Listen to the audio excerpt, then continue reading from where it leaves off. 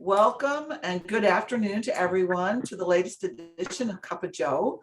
My name is Kathy Barnard. I'm the Executive Director and a proud Bengal alumna myself. I'm really glad all of you could join us. There are a couple of folks I want to introduce before we get started. I'm not sure if all of them are on, but they all signed up, so I want to make sure I mention their names. One is Gina Teruscio. Thank you, newly re-elected member of the Moscow City Council. Gina, welcome. Terry Golick, our athletic director. Mary Kay McFadden, our vice president for advancement. And then I think Rick Sparks and Nick Weber, two members of the Alumni Association Board, are with us today. So thank you all for being here. Before we get started, I want to give you a couple of reminders. One, remember to keep your mute button on. We all want to know what you're having for dinner, but not now. So keep your mute button on. And then if you have any questions today for David, be sure to put them in the chat to my coworker, Sandy Larson. And I think you saw Sandy earlier before. And when we get to that part of the program, we will try to field as many questions for David as we can. And I know you'll have a lot of them. So feed those questions to Sandy. Okay. It's now, and this is truly, I'm so honored. It's now my honor and privilege to introduce our guest for today, David Vobora. So David grew up with a football in his hands and the NFL in his dreams. That's true. His path to the NFL, however, was anything but simple. After playing football at the University of Idaho, and many of us remember when he did play football at the University of Idaho, he was the last pick in the 2008 draft, earning him the not so cool, not so coveted title of Mr. Irrelevant, which I think is very rude. I didn't even know they had such a thing. It's just rude. David used his underestimation of his skills and abilities to his advantage during his 4-year career with the St. Louis Rams and the Seattle Seahawks. But his career wasn't over after he hung up his NFL jersey in 2012. After retiring from the NFL, he opened Performance Vault, a sports performance training center aimed at helping rebuild wounded warriors whose potential was grossly unrecognized by society. I think that's changing a little bit, in part because of David's good work. At Performance Vault, he emphasized strength training, a tribal mindset, and the ability to use one's underdog status to their advantage. Soon after, David met quadruple amputee and military veteran Travis Mills. This chance encounter led to an explosion of growth at Performance Vault and the launch of a nonprofit organization, which we're going to talk about a little bit later, called Adaptive Training Foundation. The growth trajectory at ATF has been astounding. They've built a world-class team, and they now operate out of an 18,000 square foot facility in Dallas, Texas. Amazing.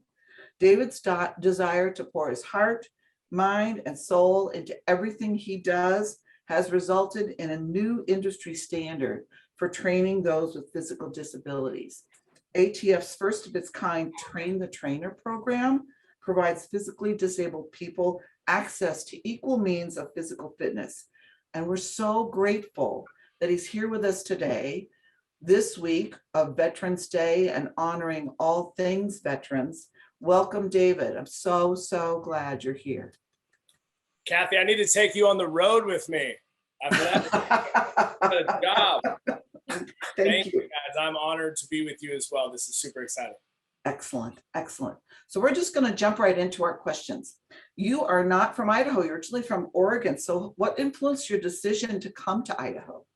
Yeah, there was a few different things and people. I think the first was one of my favorite teachers in high school, my English teacher, Sue Churnside. Her son was actively attending U of I as I got into my later years of high school. And so from a educational perspective, I was just super impressed, and she was as well. And so that was, I think, a step one, right? And I know my mom's watching this and smiling that the educational was step one. But it was my only Division I offer, and I wanted to play football at the highest level. You know, I was someone who I think from high school to college, college to the pros, it was synonymous. It was, hey, he's a good player, but is he good enough to take that next step, right? Can he really show up? And frankly, I was a quarterback really is my primary position in high school. And, the other thing that convinced me was this guy named Nick Holt, who's a pretty convincing guy, right? A little scary guy, but pretty convincing. And, his wealth of experience in USC and tons of success, it made sense for me. And I came in and he said, hey, you're going to play linebacker for me. And it was like, okay, that's going to take a bit of a different mindset. But that year he signed Ben Alexander, Shane Simmons, and myself as linebackers. All three were former quarterbacks. Yeah, I see you clapping, Judy. Love Ben. And it was crazy because they converted us to linebacker, but we had an awareness of the field. So the last reason would be my recruiting trip. Okay. Seeing the campus, feeling the Palouse, enjoying Greek Row a bit on that recruiting trip, and just the whole feel of the campus. It felt like the place that I was supposed to be, and a place that I was going to develop, earn my degree, and be able to lead well on the football field. I think that's true for a lot of us. When we actually physically got here, it felt like home, right? It's like, I'm here. I'm where I'm supposed to be.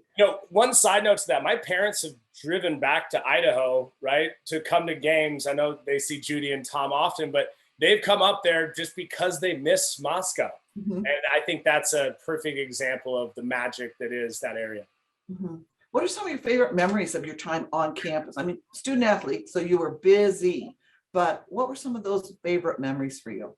Yeah, PG ones or well, it's a family show. It's a family show, David. It's a family show. Gosh, I have a million. I think football specifically would be my junior season. We hosted Boise State. Zabransky, that was their big season where they ended up beating Oklahoma in the Fiesta Bowl. Fun fact, I made a sack in the fourth quarter with a few minutes left. The game was tight. It was within a score. And I've had the privilege of playing, up with the 12th man in Seattle, which in my opinion is the most powerful, exciting, and amplified place to play in the NFL. And the Kibbe Dome on that day, during that moment, I just barely clipped his heels for this big sack. And I just remember thinking, like, this is as good as it gets of an environment. And it was so standing room only. It was just powerful. And, we ended up losing that game, but that's something that I certainly take with me. And the irony is, if Oklahoma had scouted the Idaho tape, they ran the Statue of Liberty play against us before they beat Oklahoma with it. So if they would have scouted the Vandals, they could have known that play was coming, and maybe Boise State didn't win that game. But that would be one. And then I have a million that are on the Corner Club bar singing the fight song, or even just interfacing. I'll say this, I'll compliment to the Moscow Police Department, interfacing with them in a number of different ways, and just being really impressed with kind of, the memories and the times when, dare I say, stuff could have went a different direction. And, working with them, I shout out to anybody here connected with Moscow Police, because they've saved our tails more than once. That's awesome. That's awesome. So we all have that. I see a couple of my boys, Adam. I see you. I see you. So we all have that one faculty member, that one coach, that one person on campus who saved our lives or picked us up or whatever. Who was that for you?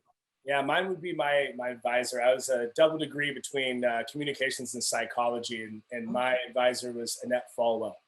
Don't know if Annette's on right now. I think she may join a little bit late. Neto, you feel that as well. She just had this power of hearing everything I had to say and then sternly telling me what I was going to do. And that's powerful. I think from an athlete's perspective, especially, people coming from all regions, backgrounds, and experiences, and she can cut through the BS and be like, yeah, but what are you really after? And one quick story in that vein is I had some credits that I needed to pick up that weren't specific to any discipline, right? They were kind of the free credit side. And she said to me, I want you to go 3 days a week to the local elementary and read with the kids who are below the standard for their grade in their reading, I guess standards or execution. And so I was honest. I was like, I don't have time for that. And she was like, well, you're going to make time. And in hindsight, to fast forward a number of years ago, and I saw Jenny Jones Hall, hi Jenny, who brought me in to speak at Convocation a few years back in Idaho. And the most magical thing happened. I was just getting ready to go on stage, and I hear some student, some girl who's an incoming freshman, yelling my name. And I sort of we're behind the stage, and she comes running up to me and she says, "Are you David Vobora?" I said, "Yes, ma'am." And she said, "I'm here going to school, focusing on my English degree. You read to me when I was a third grader," which I was like, dang, I'm old. Holy crap, I got old.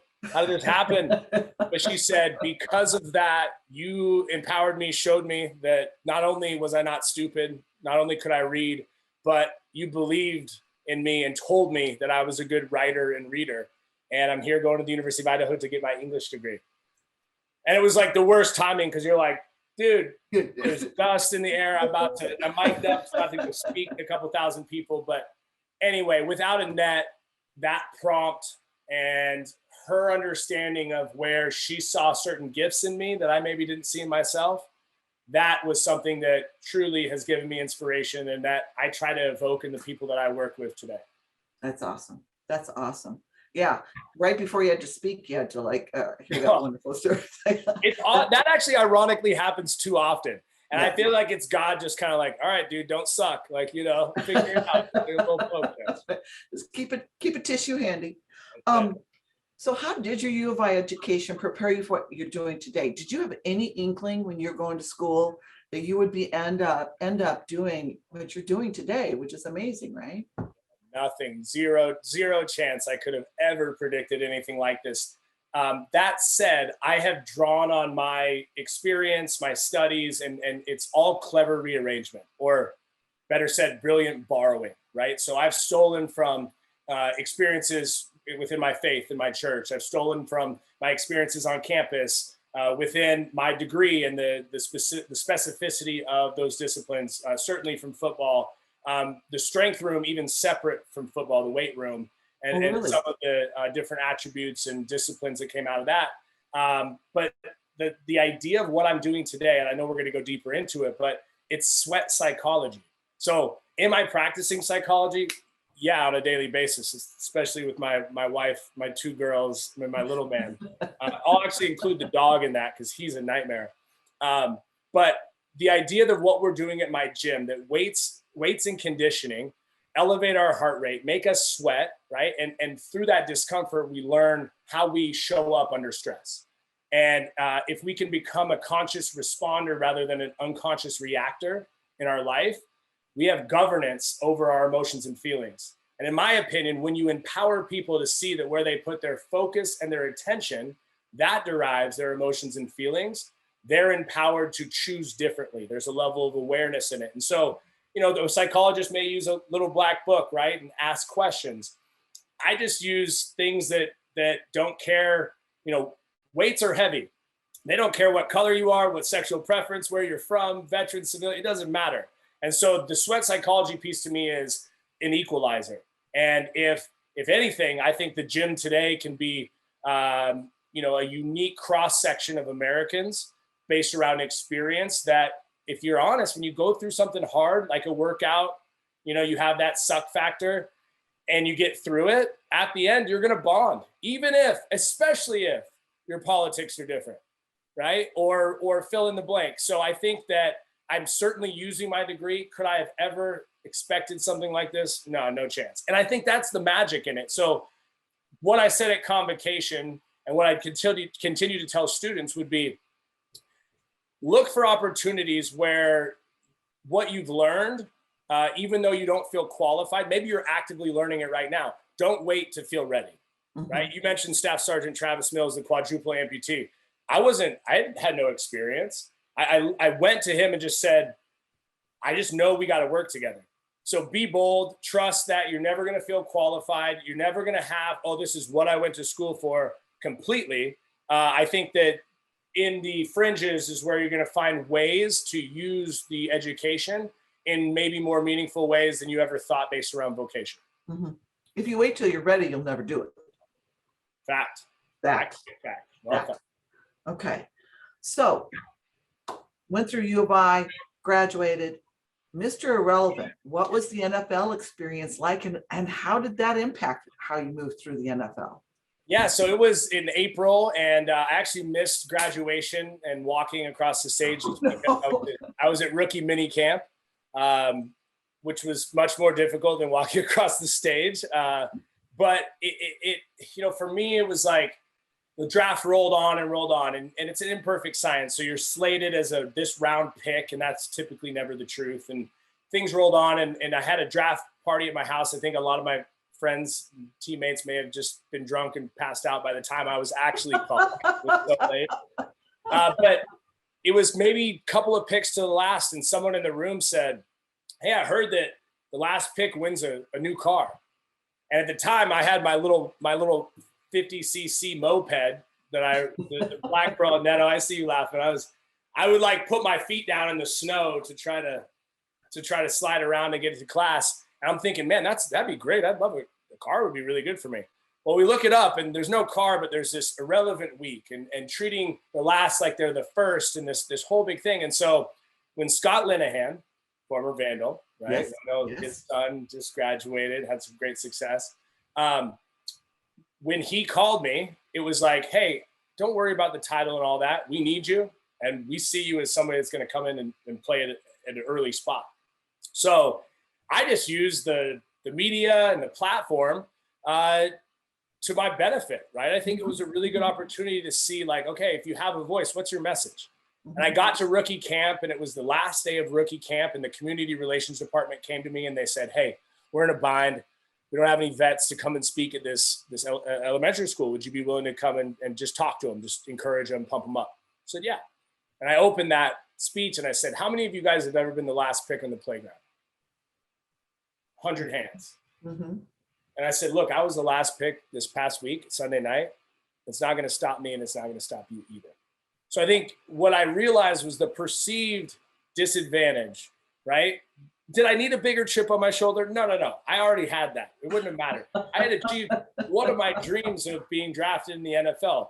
That was significant. Like most of my career, just give me a crack, give me a foot in the door, and I'll bust it wide open. And so I realized that, man, it's about playing the hand that you're dealt. And, being drafted was great. The NFL for me, I'll say it this way. I did more than some and less than most. I think the respectable career, becoming a starter my rookie year, was a big thing. My idol growing up was Brett Favre. Oh, and yeah. So the first time I ever got into an NFL game was actually against Brett Favre.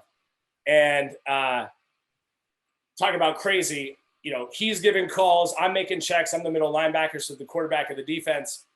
And we ended up stopping him, but I came to the sideline, and my linebacker coach, who had 27 years of experience, he looked at me and he smiled. I looked at him, big wide eyes, and he said, hey kid, remember to breathe. And I just laughed, and he's like, I can't even remember that was Brett Favre. And he like patted me. And anyway, just there was moments like that. And then at the same time, the parts that I cherish are the locker room things. There's a few successful plays and things that I take great pride in, but I think anytime you achieve that level, you probably remember more of the plays you missed than the plays you made. And I think that's part of what allowed you to reach that level. And I've become aware of that pattern in my life, and realizing that I don't need to carry that over post football. There's still a way to be a lead in a craft without this slave driver mentality. And I think that's something that, as you think about the veteran and you think about, the athlete, there's a synonymous mindset. You're training, you're performing together, you've got your brothers or your sisters right and left. And at some point, right, you're ripped from that. You no longer have the structure. You feel void of giving orders, taking orders, playing a role and responsibility within the larger sum of the team. And I think that's the identity crisis, very synonymous when veterans come home, right? They may be geographically home, but Right. not all the way home until they have that new level of community and a new purpose to take the attributes that made them successful, maybe in, serving, or like me in football, and realize that they do parlay or can be purposeful and usable in the future. Where I think that the trap is, and again, I don't mean teaching people covered two, right? If I'm in coaching, that works, right? Just like a veteran, maybe behind a gun. I think that the attributes, though, that are those intangibles are the things that if we can foster them to decide where they aim them, that's the beauty of coming all the way home. So that really does lead into my next question, because you left the NFL. You didn't leave the NFL and say, hey, I think I'm going to start this really cool thing and it's going to be wildly successful. Talk about that journey. What did that look like? I don't think I paused much to ignore or to evaluate what it felt like. So I can promise y'all, I remember exactly where I was in Garland, Texas, in my car when I prayed, like, all right, God, you want me to start a gym? Like, just make it laughably clear. And an hour later, I connected with a retired Navy SEAL officer who had a warehouse in Dallas, who had some open space. He basically said, hey man, do you want to use this to start what you, cost free? So it was like, okay, God, like, I feel you. Okay. And then it was boom, boom, boom, boom, boom, and meeting Travis Mills, that quadruple amputee staff sergeant. And pretty soon I couldn't manage my for-profit because I was so passionate about focusing and investing the time in what we were doing with these adaptive athletes that it was clear that I needed to shut down the for-profit just to focus on the not-for-profit. And so I think that, again, I realized there's a void, right? There's a void and a need for access and inclusion. And the gym is a great ecosystem for people to find themselves and be empowered to transcend so many previous definitions labeled. There's 40 million Americans with a physical disability in this country that are registered within a physical disability. So, in my opinion, the work that we've done, and I say we because by all means, I can't take credit. This has been so much trust and vulnerability with the people that I work with, that they are not only the real life superheroes, in my opinion, but their willingness has moved the needle so vastly that I see gyms opening their doors to adaptive athletes. I see adaptive gyms opening. And those don't have to be franchised with Adaptive Training Foundation. Those don't have to be, sister sites, but the movement. I didn't start the Paralympics, but what we've done now, I think, has began to put a spotlight and to evoke this inclusive, not because it's the right thing to do, but because it is really impressive thing. Mm-hmm. And I promise, when there's a guy without legs who's working out right next to you, like, your pinky toe, it doesn't hurt the same way that it did when you woke up that morning. Mm-hmm. And it's weird how that works. So I could not have imagined this being the pathway, but it's certainly prepared me well. And so many of the things that I feel like have been adversity in my life or difficult in my life, those are the conversations that have proven valuable with these people who see themselves as broken, that we quickly use the experience to shift the way that they see themselves in the mirror. That's the magic. I have to ask, how did you meet Travis Mills? It was at the surprise birthday party for that Navy SEAL. Oh my gosh. Yeah. And the story goes, and I told, this is factual. It was whoever I was talking to when I saw this guy, like the hot chick in the bar, it was like, all right, I'm done talking with you. I'm talking to this guy. And yeah, man, I'm so grateful that he was willing to take a chance. And if you guys don't follow Staff Sergeant Travis Mills, got an incredible book called A Soldier's Story, a documentary on Netflix called A Soldier's Story as well. Okay. He's a remarkable human and one of the funniest guys I've ever seen. So you should check him out. That is amazing. That is amazing. What are some of the biggest challenges? You see people with challenges every day. What are the biggest ones in your work? Yeah, obviously, they're not necessarily physical, right? They're not necessarily physical challenges. Well said, Kathy. That teases us up beautifully.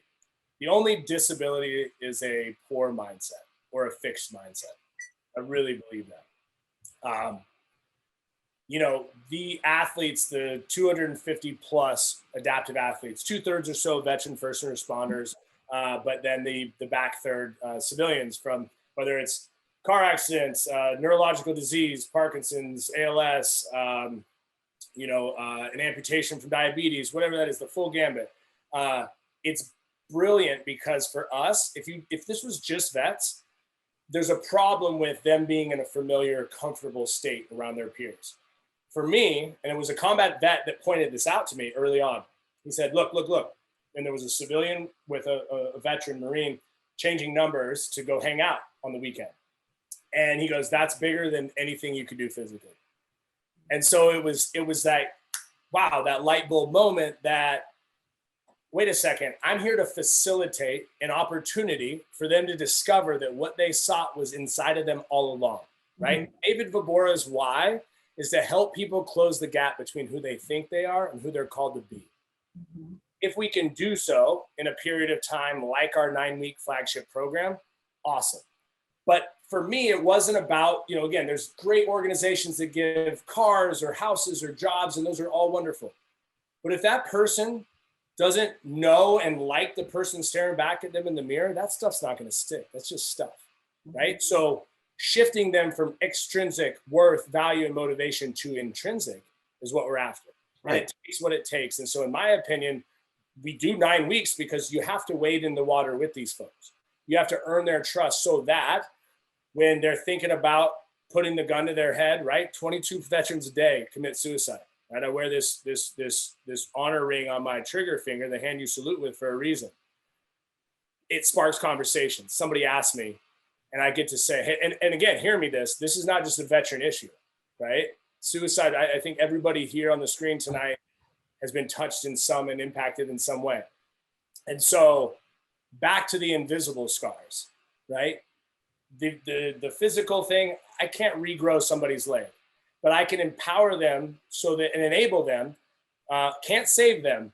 I'm not that powerful, but realizing that I can facilitate these growth producing fear encounters, back to the sweat psychology, right? To evoke them just one little degree, right? Seeing the Rubik's Cube, just slightly different. So going, oh, whoa, that's in my opinion, the alchemy. That's the magic where it's like, dude, if you treat people broken, they act that way. If you look at them in their eyes and treat them like a whole person, that person shows up. And when they do, right, are you gonna be bold enough to offer them compassion, but not sympathy, not pity? There's a box taped off in our gym that says sympathy box. It says your excuses are invalid. If you want sympathy, you can stand in the box. You're not gonna get it anywhere else in the gym. Mm-hmm. I don't care if you're an NFL football player, a guy with no arms and legs. And people are like, oh my gosh, do you shame people and put them in there? I'm like, there's no one's ever been in there because the culture that surrounds it understands that pity is a trap. Actually, one service dog defecated by the rowing machines at one point, and we did put granite in the box. Well deserved. So sad too. He's just like, super shame. But these are all cultural things that I think that I went through. We have a sympathy box T-shirt, which is pretty funny. I went through TSA with it on the other day, and this lady was like, sweetie, how do I get a bunch of those? I'm going to put a sympathy box right here in front of the scanner before people go through TSA, because that's the point, right? I think too often we applaud a victim mentality. And trust me, all of these adaptive athletes, that's not what they want. Don't patronize them, right? It's fascinating in my gym where somebody will fall out of their chair or get pulled out, and the people that aren't part of our team are like, they want to run and help. They want, oh, there's like this, and we're like, get up. It may take them a few minutes and they struggle, but it's part of it, And I think that's the great equalizer, in my opinion, with where the world is. And I think people need a place to go where people say, hey, come as you are, but don't expect to stay that way. Because who would want to? Right. It's a growth mindset with us. Awesome. So we talk about the vandal spirit all the time. You see the veteran spirit all the time. Some of it you've touched on, but where does that source of bravery and persistence, where does that come from? Wow. That Navy SEAL who gave me the shot at opening my gym, he says it this way. He says that courage is action in the face of fear, and vulnerability is the greatest form of bravery. Okay. So to unpack that, in my opinion, the vandal spirit is one of action. Mm-hmm. And even if it's, you know, ineffective action, right? I won't say wrong, because I don't really believe that there's a right, wrong, good or bad in that. If you're prompted to move and you act, do so in a way that allows you to see that there's no failure, right? Quitting, in my opinion, is the only failing. It's the opportunity to see that I need to be around a group of people that allow me to get out what I don't know how to say.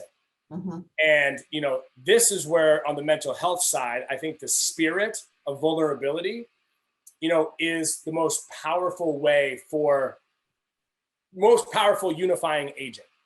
I really believe that, you know, and to think about our country or our society or even just local communities. Sure. I think those that are super willing to have pride in the fact that they don't want, like, if you care about something, don't expect somebody else to take care of it, right? Like, you know, there's this nature of assumptions and taking things personally that keep us in this egoic state that feels threatened, that we have to somehow push back against. I think that when you can become vulnerable with people and share the thing that transcends what you do at your job, the roles that you play in your life, right? Like, I'll take you right to a source for me. Sexual abuse as a 10-year-old boy, and 2 decades of stuffing that down. And frankly, I would have not made it in the NFL had that not occurred.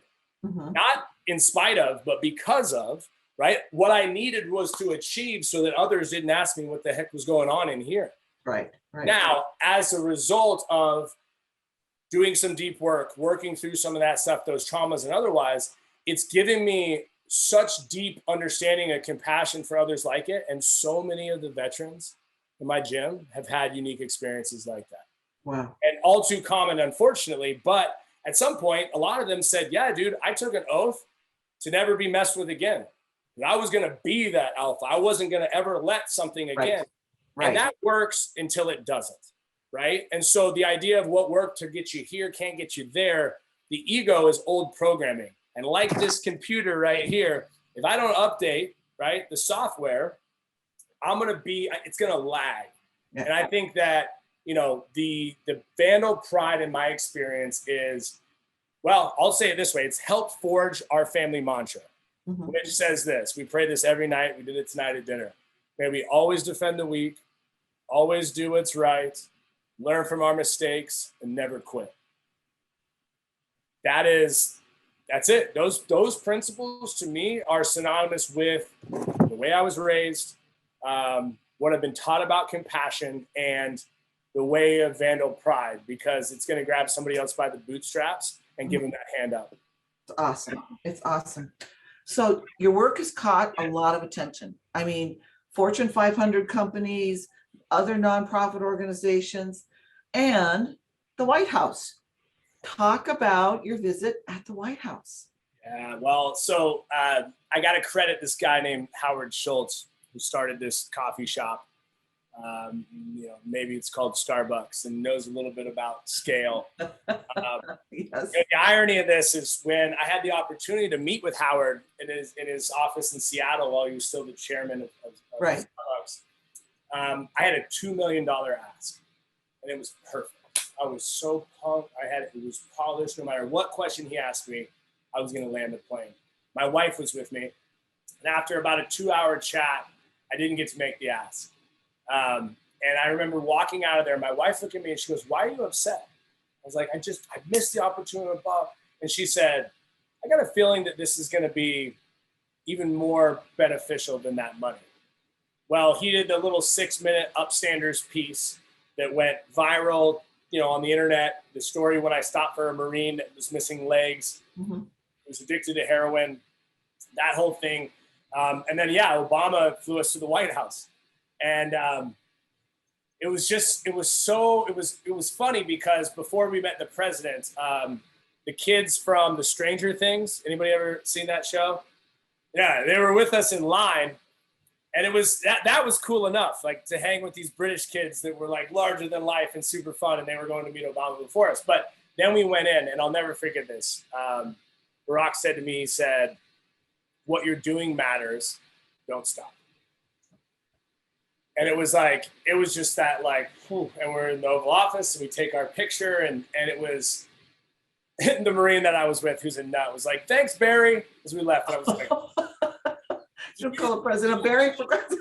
Barry? Like, whatever, you got blown up and lost both your legs. You get a pass. That's okay on that.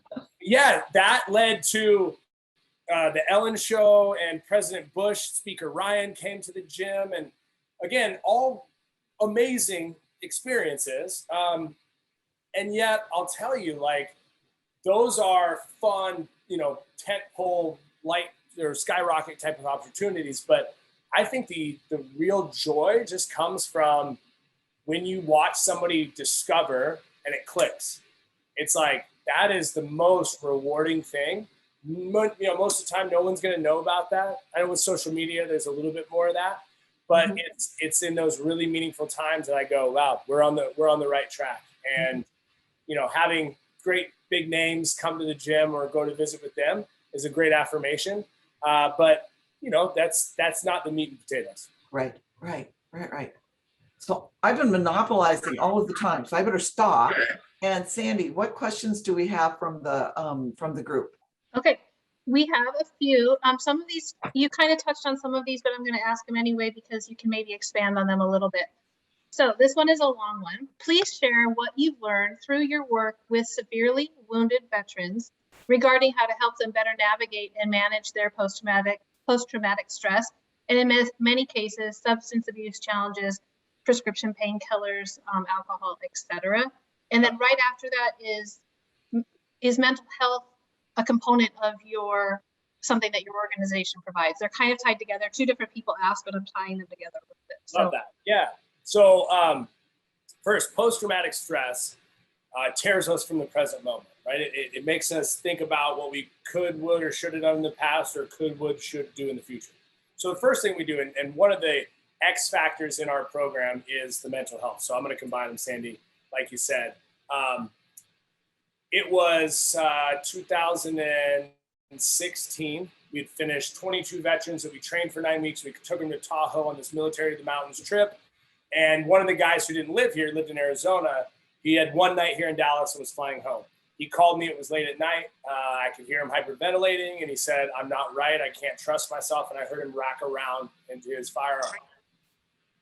Drove about as fast as I could up north to Denton. And ended up getting him into a psych ward, ended up getting some help. 3 days later, because there was a window where I couldn't see him, I was waiting at the door for it to open that would let me in. And I remember in the visitation room, him coming in with this guilt, this shame look on his face. And what he didn't realize was because he asked for help, 2 other of our Marines did the same that weren't right. And we had no idea of this. And so I grabbed him by the face. I made him look me in the eyes and I told him, thank you. And I meant it. And suddenly this thing washed over him and you could just watch the heaviness just drip off, just fall off of it. And so that led me to go to my team and go, yeah, we're giving them community. Yes, we're giving habits and tools in the physical, but we got to give them some other stuff. And this led us on this crazy deep dive into meditation, mindfulness, breath work. So pre and post every exercise session, they do 15 to 20 minutes of work with one of my mindset performance coaches. And so that ability, back to the PTSD, to breathe, to ground yourself in the present moment, and then choose differently, right? Because fear is an illusion. It's going to convince you of this false narrative, right? And it's going to persuade your emotions and feelings. Like, you guys ever seen a scary movie without music? It's not scary. It may be gruesome, but it's not scary. You're like, oh, it's the music that draws us and pulls. So if the momentum of our emotions, like one of our Marines one time, road rage, like traffic guy cuts in front of him and whatever. And he's, he gets to the gym and he's all spun out. And he drove like an hour and a half to get to us. I looked at him, I was like, okay, man, so you're telling me that you're going to drive an hour and a half home right now and not work out because somebody cut you off from the freeway? He's like, oh. I'm like, that's all fine, but let's throw a wrench in the wheel and just decide that doesn't dictate the next thing, because it spirals. Mm-hmm. So I'll give you guys all an amazing tool. And I know this is recorded, so hopefully if you can't remember, you can recall from the video. But when you feel spun out, and let's just call it what it is, you feel a racing heart rate, a lump in your throat, sweaty palms, mind starting to manifest all kinds of negativity, you get to decide right in that moment, I'm going to use this tool. It's called 5, 4, 3, 2, 5, 4, 3, 2, 1. When you feel all that stuff, you go 5 things you can see in the state that you're in. Say them out loud if you have to. 4 things you can feel. Maybe it's the air on your skin, maybe hair on the back of your neck, socks in your shoes, whatever. 4 things you can feel. 3 things that you can hear around you. Identify them. 2 things you can smell. Hopefully smell okay. Maybe the more pungent, the more it brings you to the present moment. And then lastly, what's inside your mouth tastes like. Take a deep breath and welcome back. Because in the amount of time it took you to go 5, 4, 3, 2, 1, you weren't allowed, you weren't capable of your brain focusing on whatever it was that had you spun out before. This is a way to disrupt that. And then decide, okay, what was if I can trace back my thinking, what was it that got me trapped in this? So again, mindfulness, meditation, breath work, the ability to have tools in your kit so that you can bring yourself from a high parasympathetic fight or flight nervous system back into the sympathetic. There's the dance between those two. And when we can give them governance somatically in the body for them to feel when that stuff starts to take them out of their optimal state, then they can choose differently. And guess what? It's all about grace, not judging yourself when you don't do it well, because we're all guilty of that, myself included. So yeah, a number of tools. Last thing on that, we do outsource magnanimously. So we work with a couple of really amazing, both veteran and civilian-based therapists. We've used different 90-day drug addiction, both detox and rehab facilities, as well as sober living. So we've got an abundance. We know what we do really well, but those outer rings to be able to guide people for those next steps. Fantastic, thank you. You just touched briefly on this, right? You were going there. Describe one of the moments when one of your adaptive athletes had a true breakthrough moment from what they saw in the mirror to seeing themselves in a new image. You were kind of just going there, due to buying into your system when when you've worked with them on all of those different levels, when they changed that mindset that you were talking about. Yeah, the self-realization moments, everything, holy moly. So when they come in at orientation, one of the things that first day is they get a blank piece of paper, a pencil in 5 minutes, and then we ask them to draw themselves. And they draw whatever that is. And then they don't see that again, never hear about it, never think about it until the exit of our program. After graduation, they do the same thing in their exits. The side-by-sides are profound, right? I think about one guy who there was a knife stabbed in his head and a broken neck, collar and all these different things. And in fact, he drew it with his amputation as if it was basically somebody, not like him seeing himself in the mirror. It was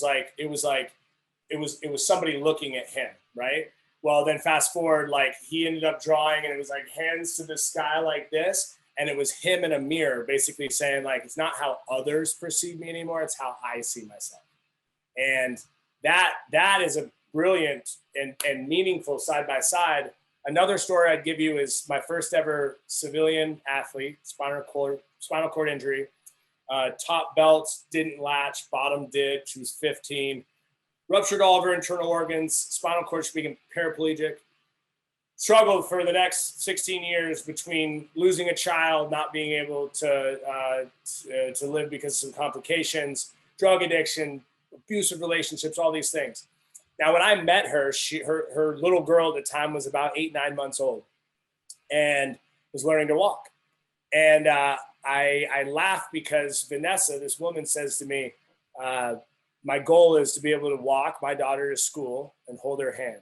This time, Vanessa was in a wheelchair. She did have some forearm crutches, but didn't have the stability to really use them. And I said, okay, how far are you willing to go? She said, I'll trust you and whatever it takes. She goes, do you know how long it'll take? I was like, my name would be God if I could tell you that. And I'd probably be making more money than I am right now if that was the case. And she said, okay, I trust you. And I remember distinctly when she was walking and she was scared of falling. So she would tense up and grab onto me or whatever. And I looked at her daughter who would stand up and fall. And I looked back at Vanessa and I said, why is your ego so big? Why can't you be like her? She got mad. She's a spicy Latin woman. And she got mad at me. And she said, okay. And pretty soon I started programming reps and sets with reps of, you're not done off this thing until you have 5 sets of 5 falls. And she like, but pretty soon she desensitized the fear, which was less about the fear of the physical ground hitting and much more about feeling like people are watching and what if they don't know how to help and the fear of embarrassment and all that, right? So then fast forward, starting in 1st grade, she's able to walk that little girl, Izzy, into school. She actually was able to walk down the aisle this past year as she married one of the veterans from my program, a man who lived with me here at the house, my family, for about 8 months, and a guy who is now dad to Izzy. And I actually got to marry them on my 35th birthday last year. So pretty cool. That's Very incredible. cool. That's Very awesome. All the feels. I didn't cry or anything though. I'm not crying, you're crying. Okay. Yeah, great question. All right. Definitely I have one from Adam. The last time that you guys saw each other was the Wounded Warrior football game. Can you talk a little bit about that group and who were some of the cool people that you played with in that game? Phenomenal. Yeah, the Wounded Warrior amputee football team is back in action. We are going to be playing, we've partnered with Snoop Dogg, Snoop on a greater level. So this year at the Super Bowl in LA at SoFi Stadium, Snoop's All-Stars, that really rad Pee Wee team that he has, is going to play before us. And then NFL veterans play combat injured veterans in a game of flag football. And man, I think about guys like Jacob Schick, combat injured vet, one of my best friends. He's been in just about every Bradley Cooper movie of recent. He's an amazing man. And watching him, he played ball in high school, turned down a college scholarship to go to the Marines, and watching him pick off a pass and run. And he's got one prosthetic and another leg. It's like chewed up like crazy and skin grafts. And it looks wild. And watching him tap back into, he made like a cut. And like the whole thing was just, yeah, I think the power of sport, and Adam, you know this so well, man, especially with what you've been doing post-ball as far as empowering former athletes. It's like sport, right? Bill Bowerman said this, if you have a human body, you're an athlete, whether you compete at sport or not. And in my opinion, as soon as I look at these adaptive athletes in my gym and I start to call them athlete, they're like, no. I say goodbye to that, or no, I've never been an athlete. I'm like, but why is that the case? Because I think sport is the arena, right, for us to explore and fail in an environment or a container that proves to us that the things we're training for matter, right? And I think that's why after the 9 weeks of training, we take them on a redeploy trip. Adaptive skiing, surfing, snowboarding, climbing, mountain biking, all those things. Because it's about testing yourself. What was once uncomfortable when they came to the gym, right? It became comfortable. Now we got to push them outside of it to test that. And opportunities like those football games are great. And again, to bring stars, both celebrities in Hollywood and athletics as well, you watch these vets because you remember, right? Like, and I say this in such humility. When those guys and gals are over there and they get to watch our game for 3 or 4 hours on the TV, they're not over there. And that is the magic. I've had so many teary-eyed veterans look at me and go, thank you, because that gave me something that I couldn't describe or put into words, and it was everything, and I think that's that. There's a synonymous mindset. I laugh because the amount of military things in this office is wowing, and I wanted to do that, and those guys that served, they wanted to run down the field on kickoff in the NFL. So there's a little bit of that, like, all right, bro, I respect you. I'm going to listen to you, which is cool. We've got time for one more question if we got it. Yep, I have one more. What would the David Vobora today tell the David Vobora in college that you wish he would have known then? That's a good way to kind of. Such a good one. I think I'll use an example of my 6-year-old daughter who's got a lot of issues with anxiety and school and kind of just social engagement. Every morning before school, we do 5-6 minutes of meditation and breath work. And in my opinion, those are tools, right? The idea that when things are loud, chaotic, spun out, to be able to get still, to get quiet, and to breathe, then you start to strip away where your protective measures and, safety, survival, that ego starts to defend and put up its walls. Because ultimately those walls become the prison, and the prison door is unlocked. You just have to push on it, but you got to have a toolkit to do so.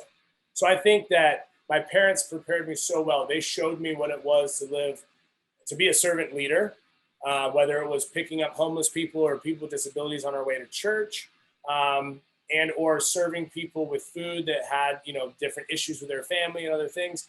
I think that was one thing. And then the greater scope of me just deciding, like, I would tell my young self,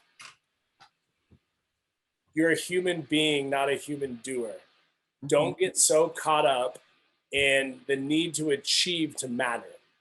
Know that the outside stuff, the creativity and the manifesting of that is less about others' expectations or approval and much more about the call in your heart. And that to me is, the shift, whether it's my girls coming home being upset about missing a couple of words on the spelling test, where again, back to our mantra, like, did you try your best?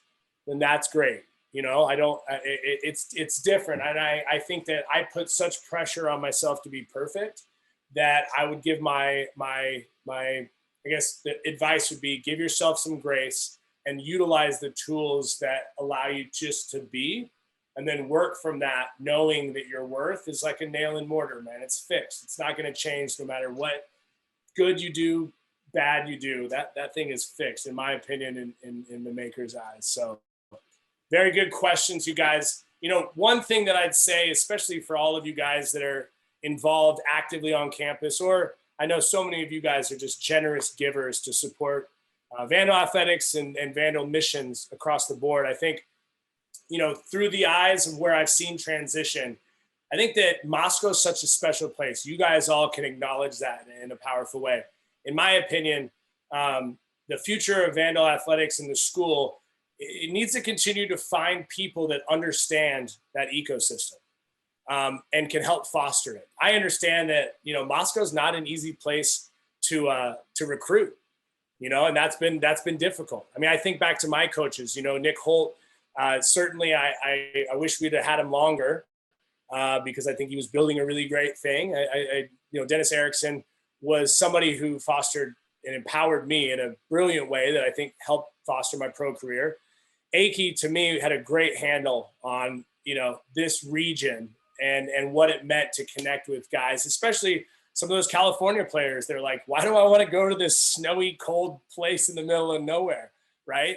And that kind of leads me, I think about the Scott Linehans and ultimately Mike Cox. Mike was my linebacker coach with the Rams. And he's somebody that we recently, connected months ago and said, we talked about the Vandal stuff like we always do.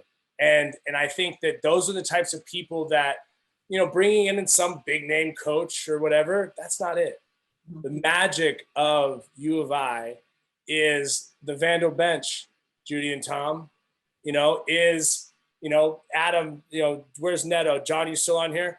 It's knowing that the people that are giving, they want someone, and we want someone as athletes that we can look in the eyes and they're honest, and there's somebody who believes as much in that Vandal pride and what the Vandal mission is through those athletics. And that's my real hope. Again, the win column is a great measure, but it's not the measure. I think the measure is graduating our student athletes and making sure that we can foster the best talent we can, just because it matters, and Idaho can provide, and Idaho will supplement what these kids need and what these athletes need to take next steps. I think we need a whole other hour, but we don't have one. I could go on and on and on. So first of all, we do have questions that were not answered, but Sandy's written them down and we will try to get answers for all of you and share those with you. So that's one thing. Two, David, thank you so much for your time and your insight and your passion. It's just if I could levitate out of this chair right now, I probably would. I'm so inspired. I do want to share some really good news though that's relevant to this. So there's a group of vandals who have served or are serving in the military, and they've all joined forces, pun intended, to create a new alumni chapter. The Vandal Vets is open to any vandal with a military connection, and they're already organizing a number of virtual events for the coming year. And you can read more about it in tomorrow's Vandal Vibe, or if you check it out on the Office of Alumni Relations website or Facebook. We've also started a special group for military folks on the Vandal Mentor Network, so members of the military can connect with each other. And Sandy's including all of those links in the chat. Before we close, I do want to say this. I want to say a sincere thank you to all of the vandals who have served or who are serving in the military for their commitment and sacrifice. The freedoms that all of us enjoy today would not be here without their hard work and commitment. And so I would just say, you do your alma mater proud every single day. And on that note, thank you all so much. And as always, go Vandals. Yes. Go Vandals. Thank you. Love you guys so much. Appreciate you.